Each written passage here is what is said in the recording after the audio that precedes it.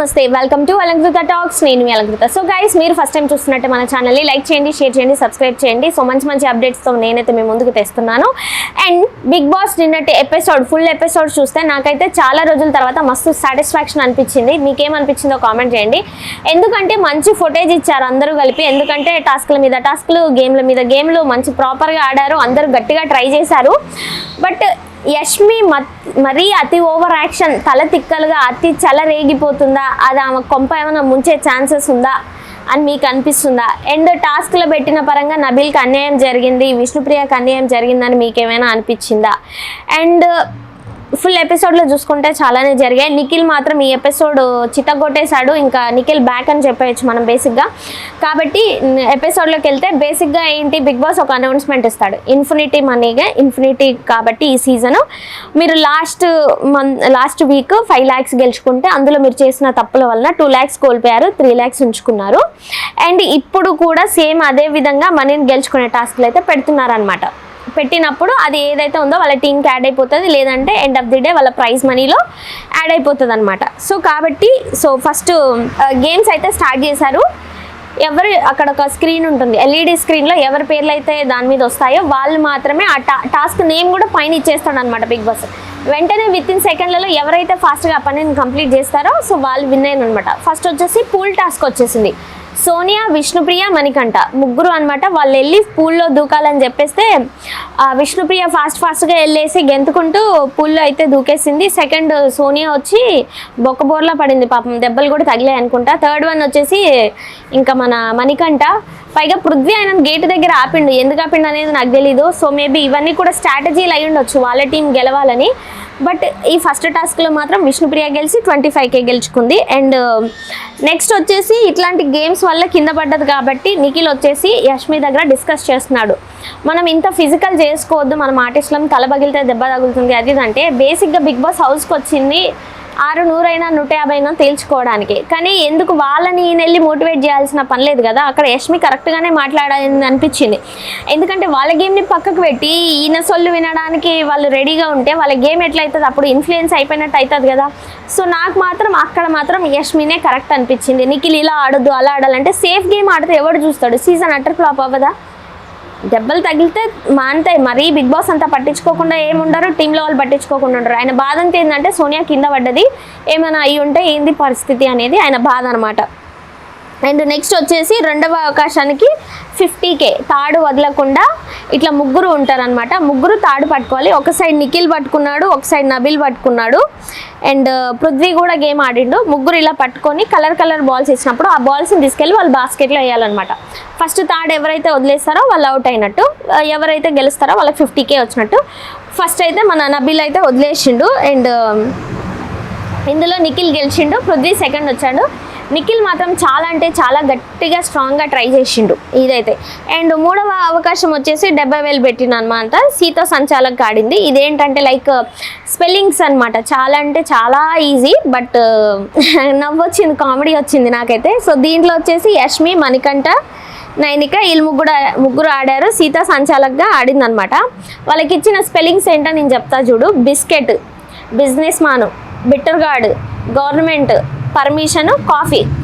So వీటన్నిట్లలో వచ్చేసి కెరటం team win అయింది, అది అయిపోయింది. మళ్ళీ తర్వాత బేసిక్గా ఇప్పుడు ఓడిపోయిన టీం వాళ్ళకి ఏంటంటే రాగిజావా పంపించిండు. అండ్ మణికంఠకి, నిఖిల్కి అనమాట. వాళ్ళిద్దరు ఏంటి దోసాలు వేసుకొని అందులో చక్కెర ముంచుకొని లైట్స్ ఆఫ్ చేయగానే బెడ్ దగ్గర వచ్చేసి ఇద్దరు తినేసారనమాట. బిగ్ బాస్ మిడ్నైట్ 2 గంటలకు లేపి మీరు నియమాలు పాటించట్లేదు, అసలు మీరే కాదు హౌస్లో చూస్తున్న వాళ్ళు కూడా ఏమాత్రం నియమాలు పాటించట్లేదు, వారికి అడ్డు కూడా చెప్పట్లేదు అని చెప్పేసి చిన్న ఫస్ట్ కన్ఫ్యూజన్లో పెట్టేసి సారీ బిగ్ బాస్ అన్న తర్వాత సరే నెక్స్ట్ టైం రిపీట్ చేయకూడదు, నేను మా నమ్మకాన్ని ఓము చేస్తున్నారని చెప్తాను అనమాట. బిగ్ బాస్ 2 గంటలకు లేపిండంటే నిద్ర భలే విచిత్రం అనిపించింది నాకైతే. ఫస్ట్ ఆఫ్ ఆల్ మంచిగా కూడా అనిపించింది. రూల్స్ బ్రేక్ చేశారు కాబట్టి హెచ్చరించడంలో అసలు తప్పే లేదు. అండ్ విష్ణు యష్మికి గొడవ, ఎందుకంటే అంతకు ముందు రోజు బిఫోర్ డే యష్మి వాళ్ళు ఏం చేశారంటే చికెన్ కొన్ని పీసెస్లో, మటన్ కొన్ని పీసెస్లో వాళ్ళే దొంగతనం చేసేసినారు. వీళ్ళు ఏం చేసినారు, అది కనిపెట్టి మష్రూమ్స్ ఇంకా వేరే పన్నీరు ఇవన్నీ తీసేసుకున్నారు. కొన్ని ఇచ్చేసిరు కూడా రిటర్న్, అట్లా చేయకూడదని. ఫస్ట్ స్టార్ట్ చేసిందే వాళ్ళు, పైగా వచ్చి మేము ఎలా తీస్తావు అని అసలు యష్మి బిహేవియర్ చూస్తుంటే బిగ్ బాస్లో నిన్నటి ఎపిసోడ్లో అసలు ఏమైంది, ఈమెకి ఏమైనా మెడిసిన్ వేయాలన్నంత నాకు ఇది అనిపించింది. ఎందుకంటే ఆమె బిహేవియర్, ఆమె మాటలు నాకు అసలు అర్థం కాలేదు, అంతు పట్టలేదు కూడా అసలు. ఇంకా అదేంటి, ఇంకా వేరే గేమ్ సాక్స్ గేమ్ ఆడుతున్నప్పుడు కూడా అసలు ఆమె బిహేవియర్ ఇలా అంటుంది ఈ అంటుంది. అసలు నిఖిల్, అట్లీస్ట్ నిఖిల్ వాళ్ళ ఫ్రెండే, కన్నడ ఫ్రెండే, అసలు ఆయన విన్ అయినా కానీ ఆమె ఓర్చుకోలేకపోతుందంటే నేను అసలు ఇంకా ఏం అర్థం చేసుకోలేను. ఈ ఆర్గ్యూ విషయంలో మాత్రం విష్ణునే కరెక్ట్, స్టేబుల్గా బిహేవ్ చేసింది. అండ్ నెక్స్ట్ 4th గేమ్ వచ్చేసి గ్లాస్లో ఆరెంజ్ పోసేదనమాట. డ్రాప్స్ ఎవరైతే పడిపోతాయో వాళ్ళు అవుట్ అయినట్టు, మిగిలిన ఇద్దరు ఎవరైతే ఉంటారో వాళ్ళకి ప్రైజ్ మనీ అనేది వస్తుంది. కాబట్టి అబ్బాయి నిఖిల్ ఓం ఆడిరు. సో అబ్బాయి నిఖిల్ ఇద్దరు గెలిచారు కాబట్టి 50-50 లాగా అయిపోయిందనమాట ఛాన్స్. అండ్ నెక్స్ట్ వచ్చేసి 5వ అవకాశం 50,000. ఇది very very very very toughest అండి. బేసిక్గా ఆడవాళ్ళు మాత్రమే హ్యాండ్స్కి, లెగ్స్కి, ఫేస్కి ఇలా వ్యాక్స్ చేయించుకుంటుంటారు. బట్ బాయ్స్ అసలు వ్యాక్స్ అనేది చేయించుకోరు. పైగా వాళ్ళ హెయిర్ గ్రోత్ ఎంత ఉంటుందంటే అసలు పృథ్వీ అయితే అసలు నేను చేసుకోలేను అని చెప్పేసి ఎఫర్ట్స్ని వదిలేసిండు. అక్కడే అర్థమైపోతుంది ఆయన ఏమాత్రం గేమ్ ఆడుతుండో. ఏమైనా వాదించడం వరకు మాత్రమే, ఆయనకే పాయింట్లు తెలుసు, ఆయనకే అన్నీ తెలుసు అనుకునే బిహేవియర్ తప్పితే అక్కడ ఏమీ లేదని మాత్రం నాకైతే అర్థమైపోయింది. నబీల్ అయితే 100కి 200% ఎఫర్ట్స్ పెట్టిండు. నాకు హ్యాట్స్ ఆఫ్ అనిపించింది. ఇన్ని రోజులు డల్ ఉన్నా తనకంటూ ఒక స్కోప్ దొరికిందని అనిపించింది. సో నైనిక ఆల్రెడీ వాళ్ళ మమ్మీది బ్యూటీ పార్లర్ కాబట్టి వ్యాక్స్ పటా బీకేసింది. మంచిగా నబీలే గెలిచిండు కాబట్టి నాకైతే ఇది భలే అనిపించింది. అండ్ నెక్స్ట్ 6వ అవకాశం వచ్చేసి 1 lakh రూపీ అనమాట. కాళ్ళకు సాక్సులు కట్టుకొని ఇది ఇలా ఆడాలి, ప్రతి టీంలోంచి ఇద్దరు ఆడాలి, మొత్తం 6 ఆడాలి. ఈ విషయంలో బేసిక్గా విష్ణుప్రియకి జరిగింది అయితే అన్యాయం. ఈ గేమ్ జరిగేటప్పుడు ప్రేరణ సంచాలక్గా వ్యవహరించినప్పుడు ఆమె అక్కడ జరిగేది చూసుకోకుండా మిగిలిన వాళ్ళు యష్మి టీం ఏదైతే ఉందో వాళ్ళు ఏది పోర్ట్రే చేస్తున్నారో ఆమె అదే ఫాలో అవుతుంది. బేసిక్గా విష్ణు ఫస్ట్ బయటకు వెళ్ళిందంటే కొంచెం అన్డౌటెడ్గా చెప్పి మళ్ళీ ఇంకొక గేమ్ ఆడిపిస్తే బేసిక్గా అభినవన్న ఇట్లా కిందకి ఇట్లా పడేసిండు.